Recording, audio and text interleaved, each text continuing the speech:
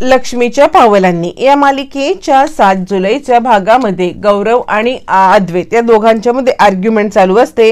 हे डिझाइन आमचे आहेत, हे डिझाइन आमचे आहेत। यावरती इन्स्पेक्टर म्हणतात हे बघा कोणाचंही नाव या डिझाइन वरती नाहीये, म्हणजे ना गौरवचं नाव आहे, म्हणजे ना श्रीनाथ ज्वेलर्सचं नाव आहे, ना चांदेकर ज्वेलर्सचं नाव आहे। यावरती अद्वैत म्हणतो ठीक आहे, असं जर का असेल तर यांच्या डिझायनरला डिझाइन काढायला सांगा आणि आमच्या डिझायनरला आम्ही डिझाइन काढायला सांगतो। आणि सगळ्या कोल्हापुरामध्ये माहिती आहे की या सगळ्यामध्ये आता फक्त आणि फक्त कला चांदेकर याच फक्त आता हाताने डिझाइन काढतात आणि त्यामुळे बाकी कुणीही हाताने डिझाइन काढत नसल्यामुळे आता इकडे कला चांदेकर यांनीच हे डिझाइन काढल्यात हे सिद्ध व्हायला काही वेळ नाही लागणार असं म्हणत आता इकडे बरोबर अद्वैतने आर्ग्युमेंट केलेली असते। तोपर्यंत इकडे आता मुद्दामच अनामिका बाहेर थांबते आणि सोहमच्या विरुद्ध आता श्रीकांतला भडकवण्यासाठी ती युक्ती करायला लागते। ती विचार करते की आता श्रीकांत बाबा आले की मी अशी काही ऍक्टिंग करेन की त्यांना आता सोहमच्या बद्दल इतका राग येईल आणि ते सोहमला खडसावतील। त्यानंतर श्रीकांत म्हणतो काय ग अनामिका तू इथे काय करतेस? अनामिका म्हणते मला खरं तर माझ्या रूम मध्ये जावंसच वाटत नाहीये, मला असं वाटतं की इथे बाहेरच थांबावं। त्या रूम मध्ये गेलं ना की माझी खूपच घुसमट होते, मला खरंच खूप असं घुसमटल्यासारखं वाटतं। यावरती तो म्हणतो हे बघ तू इथे थांबणं चुकीचं आहे, तू आत्ताच्या आत्ता रूम मध्ये निघून जा असं म्हणत तो तिकडून निघून जातो। आणि अनामिका विचार करते हे काय चाललंय, म्हणजे यांना काही पडलेलंच नाहीये का की आता त्याच्या मुलाची सोहमची बायको बाहेर आहे, यांना सोहमचं पण काही पडलेलं नाहीये आणि श्रीकांत तिकडून निघून जातो। तोपर्यंत मग आता इकडे सांगायला लागतो लगेचच गौरव की मला काय वाटतं की हे सगळं डिझाइन काढण्या बिडण्याची ही नाटकं बंद करायला पाहिजे। आता ह्या सगळ्या डिझाइन या कला मॅडमनी पाहून घेतलेल्या आहेत आणि त्या स्वतः एक डिझायनर आहेत, एका क्षणामध्ये डिझाइन पाहून त्या आता तसे हुबेहूब डिझाइन रेखाटायला त्या काही कमी नाही करणार आहेत आणि त्यामुळे मला नाही वाटत की हे जे काही आमच्या डिझायनरनी काढा तुमच्या डिझायनरनी काढा हे काही वर्कआउट होईल म्हणून, कारण ऑलरेडी त्यांनी डिझाइन पाहिलेले आहेत ना, मग काय उपयोग आहे हे सगळं करण्याचा? नाही। आणि तुम्हाला सगळ्यांना माहिती आहे ना की चांदेकर ज्वेलर्स हे श्रीनाथ ज्वेलर्सचे रायवली आहेत म्हणून त्यांचे विरोधी आहेत, त्यामुळे आम्हाला बदनाम करणं किंवा आमच्या विरुद्ध ही अशी कारस्थानं करणं या कारणासाठी ते हे सगळं करतायत, फक्त आम्हाला बदनाम करण्यासाठी।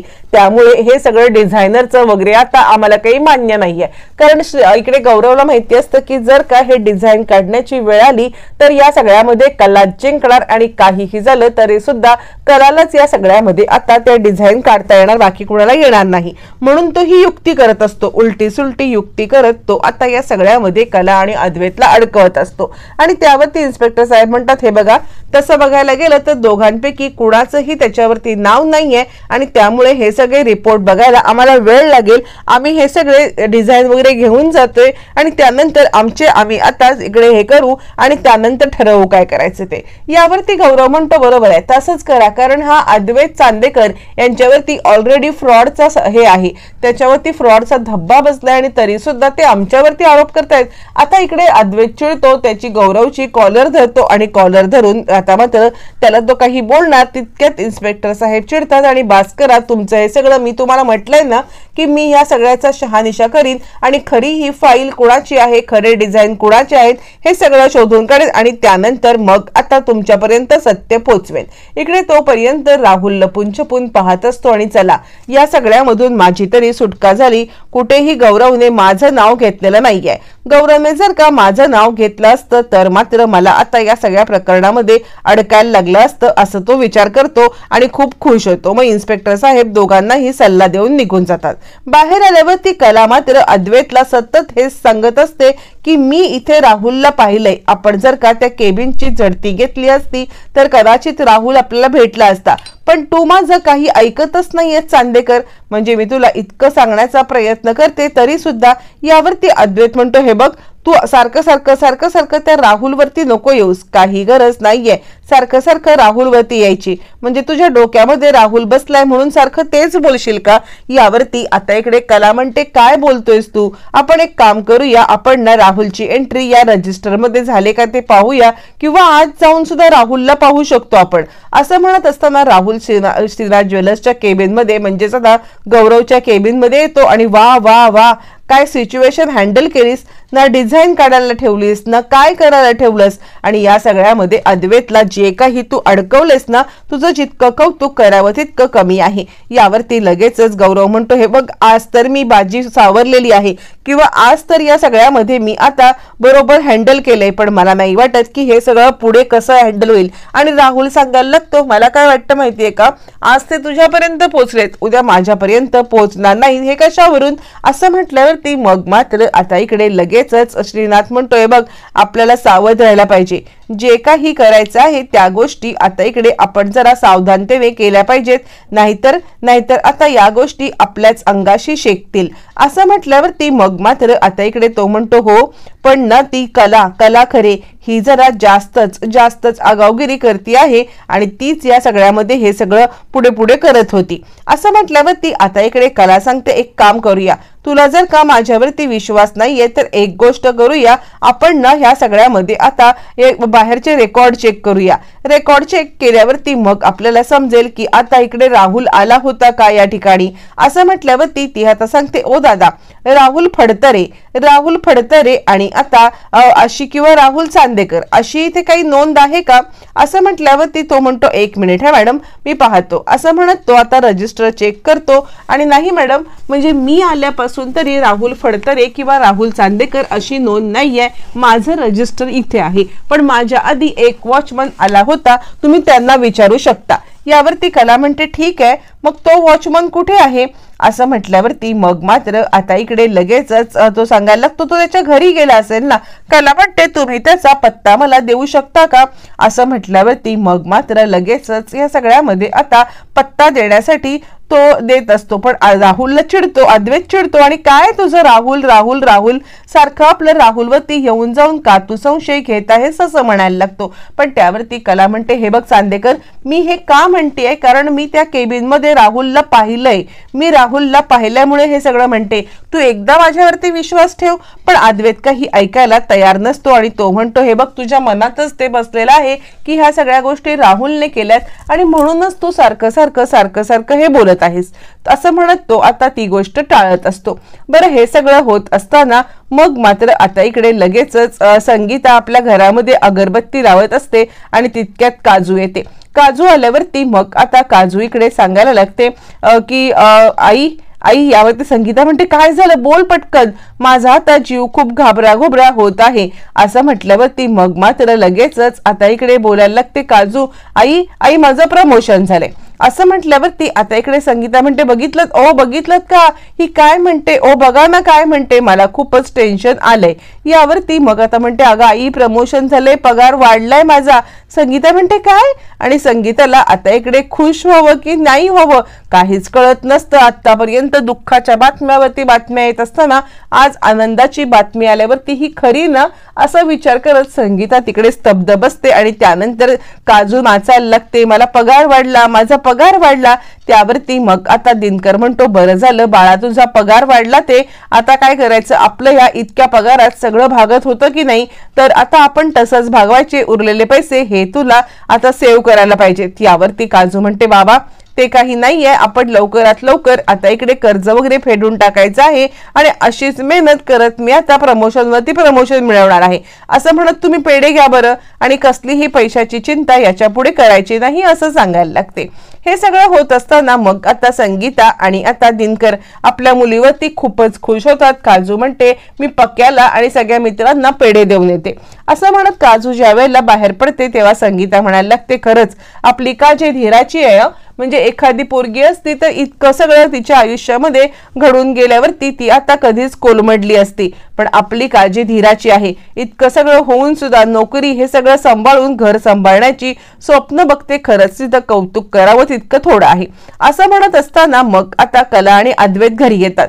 कलाचं टुमणं काही थांबलेलं नसतं, तिला फक्त आणि फक्त या सगळ्यामध्ये आता इकडे आरोप करायचा असतो, आणि आरोप करत तिला या सगळ्यामध्ये फक्त आता राहुललाच हे करायचं असं अद्वैतला वाटत असतं. आणि कला म्हणते, हे बघ चांदेकर मी तुला जे काही बोलले ना त्यावरती तू त्या रूमची झडती घेतली असतीस, किंवा त्या केबिन मध्ये जर का पाहिलं असतंस ना तर कदाचित कळलं असतं की तिकडे राहुल आहे. अद्वैत म्हणतो, काय चाललंय तुझं, राहुल हा माझा भाऊ आहे, सारखं त्याच्यावरती आरोप करणं बंद कर.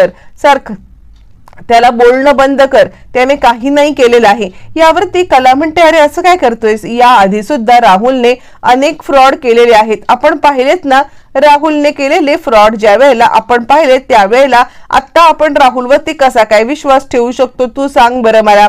असं म्हटल्यावरती ती आता इकडे आता अद्वैतला कन्व्हिन्स करण्याचा प्रयत्न करत असते की एकदा राहुलला तपासायची किंवा राहुलवरती संशय घेऊन एकदा बघ, म्हणजे आता तुला समजेल की काही झालं तरी सगळ्यामध्ये राहुलच दोषी आहे. पण अद्वैत काही त्याला संधी द्यायला तयार नसतो आणि अद्वैत या सगळ्यामध्ये आता काहीच ऐकत नसतो आणि कला मात्र आता गडबडते. कसं समजवू ह्याला, काय समजवू ह्याला, मला खरंच काही कळत नाहीये असं आता ती म्हणत असते. बरं हे सगळं होत असताना मग आता इकडे अद्वैत सांगायला लागतो, अगं तुला राहुलवरती संशय घेण्याच्या ऐवजी तुझ्या बहिणीवरती संशय घे ना. मला तर त्या आता इकडे नैनावरती संशय आहे. नैना किती फ्रॉड आहे ही गोष्ट आपल्या सगळ्यांना माहिती आहे ना. म्हणजे या सगळ्यामध्ये आता नैनाने जे काही केलेलं आहे ना ते आपण पाहिलंय. मी सुद्धा या सगळ्याचा साक्षीदार आहे. तिने आधी मला फसवलं, प्रेमाच्या जाळ्यात अडकवलं आणि त्यानंतर मग आता राहुल सोबत लग्न केलं आणि आज पण तिच्या बाजूने अनेक चुकीचे पुरावे आपल्याला सापडलेत ना.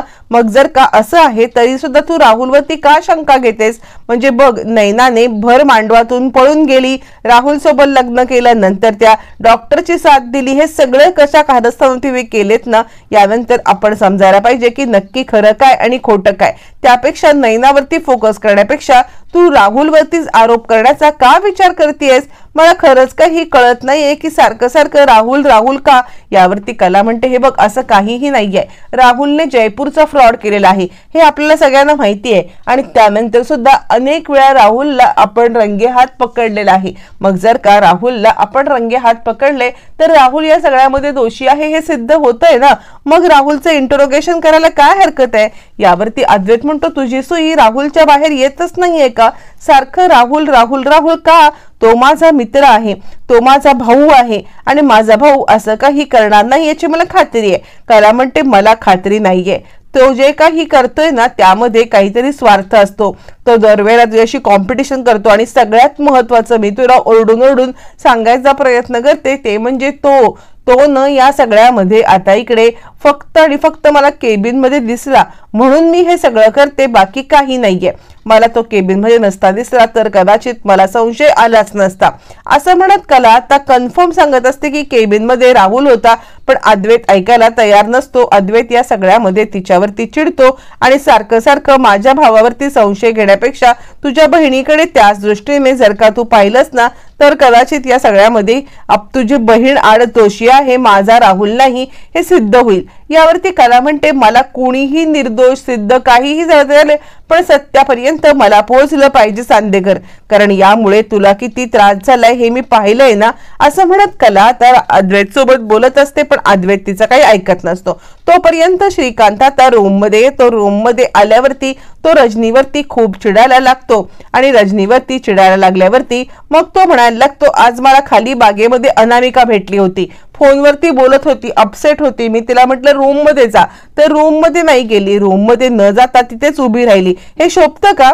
नवीन लग्न झालेल्या मुलीला हे शोभतं का. तूच सांग. अगं सोहमला एवढ्या तरी 4 गोष्टी शिकवायच्यास ना, ते पण तुला शिकवता नाही आलं. तुला खरंच काहीच करता येत नाहीये. त्या अनामिकाला सांग रूम मध्ये जा, उगाच लोकांच्या समोर आता तमाशे नकोय ही इकडे काय करते म्हणून. असं म्हणत श्रीकांत चिडतो आणि तो आता इकडे रजनीवरती सगळा राग काढतो आणि रजनीला या सगळ्यामध्ये आता अनामिकाला समजावून रूम मध्ये आण, 4 लोक बघतील असं सांगतो. त्यानंतर रजनी विचार करते ही अनामिका बाहेर काय करत होती. असं म्हणत ती सुद्धा बाहेर येते. तोपर्यंत आता श्रीकांत निघून जातो. इकडे आता नैना आलेली असते आणि मॉम इन लॉ मला एक गोष्ट सांगा ना की मी ह्यातली कोणती नेलपेंट लावू आणि तुम्हाला आता इकडे दुसरी कोणती नेलपेंट लावू. आणि हे बघा मी या सगळ्यामध्ये आता पाणी थंड आणते, थंड पाण्यात आता इकडे लगेचच तुम्ही हात टाकून बसा. असं म्हटल्यावरती मग मात्र आता इकडे चिडलेली असते ती म्हणजे नैना, कारण तितक्यात इकडे आता चिडलेली रोहिणी असते आणि तितक्यात तिकडे येतो राहुल आणि राहुलची मनस्थिती ठीक नसल्यामुळे नैना म्हणते नयनाला रोहिणी सांगते हे सगळं थांबव आणि त्यासाठी पाणी आण जा, पण नयना काही ऐकत नाही. मग रोहिणी चिडते आणि तिला एकही गोष्ट तुला समजत नाहीये का असं म्हणत तिला पाठवते. आणि त्यानंतर मग ती येते आणि काय झालं राहुल, काय प्रॉब्लेम झालाय, राहुल घडलेला घटनाक्रम सगळा आता सांगायला लागतो. कशा पद्धतीने मी तिकडे गेलो होतो, कशा पद्धतीने आता इकडे काय काय घडलं आणि मी अडकता अडकता थांबलोय. रोहिणीला जरा शंकाच येते आणि ती म्हणते हे बघ आपल्याला अडकून चालणार नाहीये. म्हणजे कसं आहे या सगळ्यामध्ये आता आपल्याला नेटाने उभं राहायला पाहिजे. हे सगळं होत असताना इकडे आता अद्वैत म्हणतो हे बघ तू काहीही बोललीस तर तरी सुद्धा माझा राहुलवरती 100% विश्वास आहे आणि त्यामुळे त्याला काही नसलं तरी फ्रॉड वगैरे असं काही तो करणार नाही. कला म्हणते मी कुठे काय असं बोलतीये. यावरती अद्वैत म्हणतो तू तेच तर करतेस, माझ्या भावावरती आरोप करतेस, माझा भाऊ कसा फ्रॉड आहे हे दाखवतेस. अगं तुझी बहीण बघ ना, तुझ्या बहिणीला समजाव ना. असं म्हणत त्याची सुई फक्त नयनावरती तर कलाची सुई राहुलवरती अटकलेली असते, कारण तिने श्रीनाथ ज्वेलर्सच्या शॉपमध्ये त्याला पाहिलेलं असते आणि त्यामुळे ती आता समजवत असते, पण तो काही ऐकत नाही. मग आता इकडे अद्वैत कलाच्या तेलाने चंपी करतो. तेलाने चंपी करून छानपैकी तिला आता वेणी घालून देतो आणि म्हणतो कशी आली वेणी. यावरती कला सांगते खूप छान वेणी आहे, जमली की तुला.